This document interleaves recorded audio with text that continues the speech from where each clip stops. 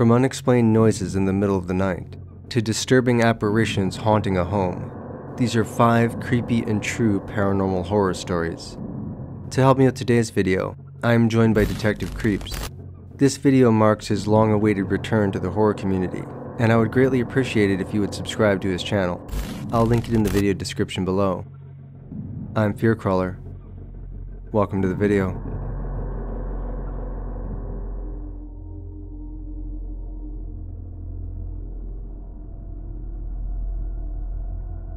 I've always been on the fence about whether I believe in ghosts or not.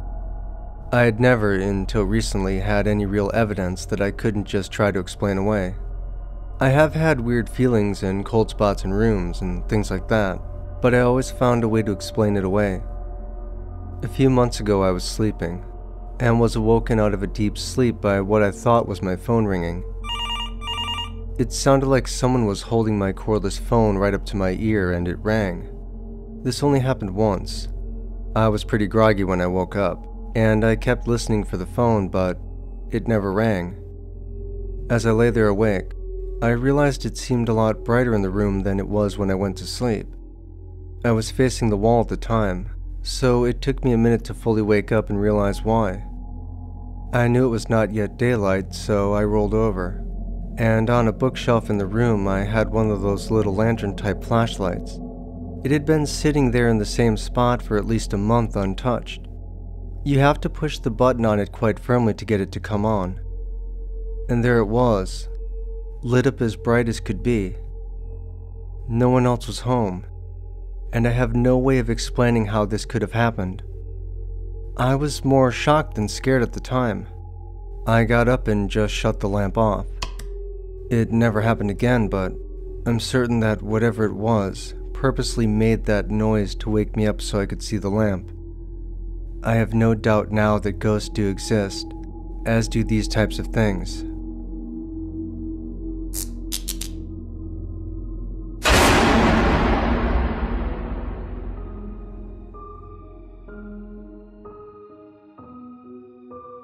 So I've had many scary moments in my life, and well, most of them have obviously been something non-paranormal, but this is one of those scary moments I can't explain, and well, I don't often talk about it.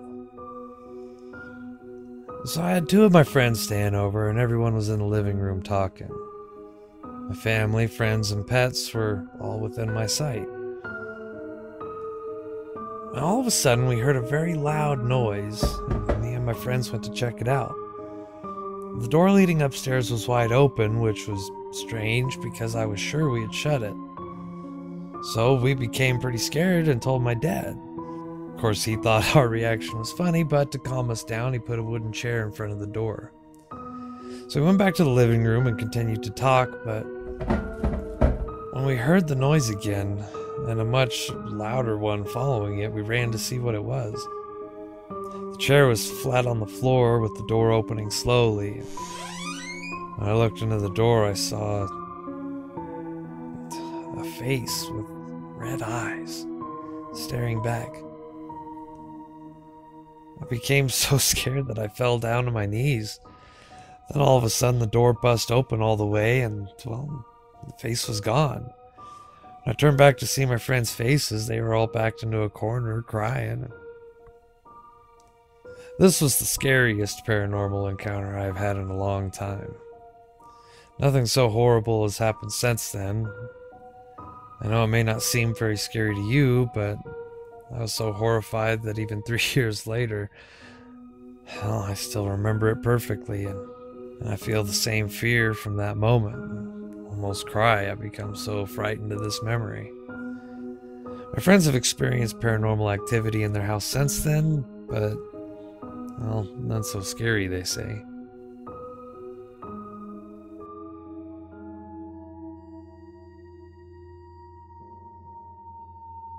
I've been living in this unit I'm in for just over a year. Prior to this place, I was living with my mother because I went through a divorce after a long marriage. When I first moved into this unit, I had bad dreams and couldn't sleep all the way through up until the morning. To start off with, when I went to my bedroom, I found it colder than the rest of the house. On the left-hand side of my bed was a huge window, and to the right is a bathroom that runs directly to my bedroom. I kept the window shut. The first time I saw the hag, I couldn't move. I was so scared. She was short, wide, dark, and was sitting at the end of my bed pulling my quilt off of me. I couldn't talk out loud. I just kept repeating, get out, in my head until she left. She didn't come every night, but when she did, I felt ill. I felt scared and unable to fight her off. I googled hags and saw various pictures of them.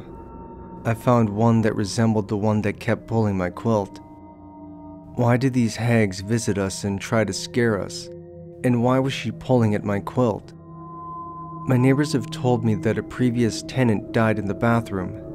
He hit his head when he fell. I don't know if that's why I have visitors at this unit or not. I have seen spirits since I was a young girl. Spirits of my father and uncle, but not scary ones like this hag. I know it's real because my quilt is always at the end of my bed where the hag was when I wake up. I've read other stories online where other people have had similar experiences. I know I'm not alone.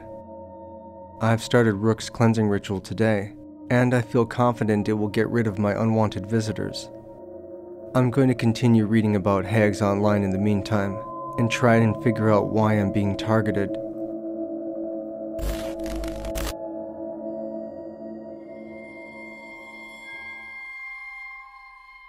Well, me and my sister grew up in a trailer in the boonies with their mom and dad. It was always creepy and strange in that old hollow. Not only was there an abandoned old church right outside our bedroom window that you could hear ghostly preaching and singing on some nights, but well, there's also an old cemetery in the field on Daddy's land that had headstones dated back to the 1800s. Well, they still had soft ground and maggots. There are so many ghost stories from our childhood home.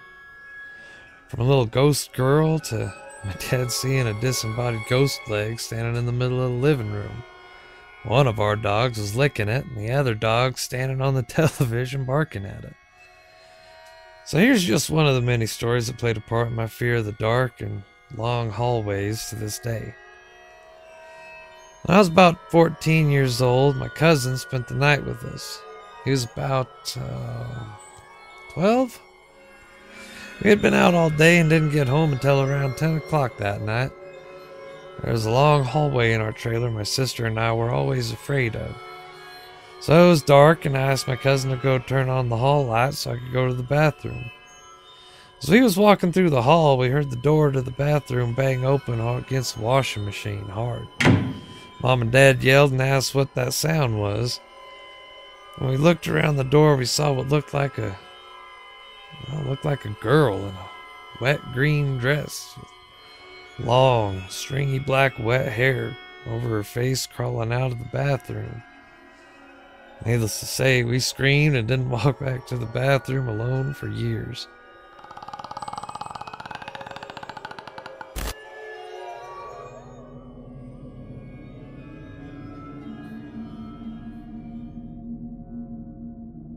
This happened to me about 5 years ago, and I'm still baffled by it. I was on my way to work early in the morning, around 6:30, so it was still dark.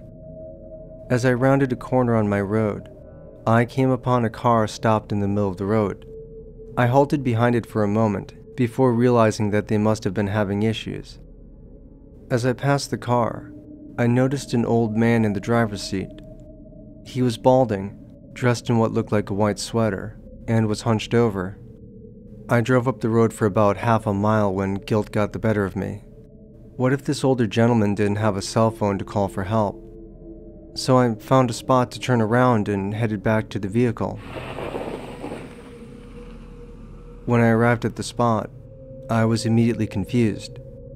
The elderly man was nowhere to be found, but there was a middle-aged man standing outside of the car, attempting to call someone on his cell phone. This man had dark hair, was in his late 30s or so, and looked nothing like the older man I'd seen in the vehicle earlier. I rolled down the window and asked if he needed assistance. The man kindly replied that he was visiting a friend and had gotten lost, running out of gas in the process. I directed him to the nearest gas station, and he stated that his friend was coming to help him out. Before I left, I asked him if he had anyone in the vehicle with him. He replied that he did not. So just who, or what, did I see in the driver's seat that morning? That's all for today's video. I do hope you enjoyed. Until next time, everyone take care, be safe, and above all, stay scared.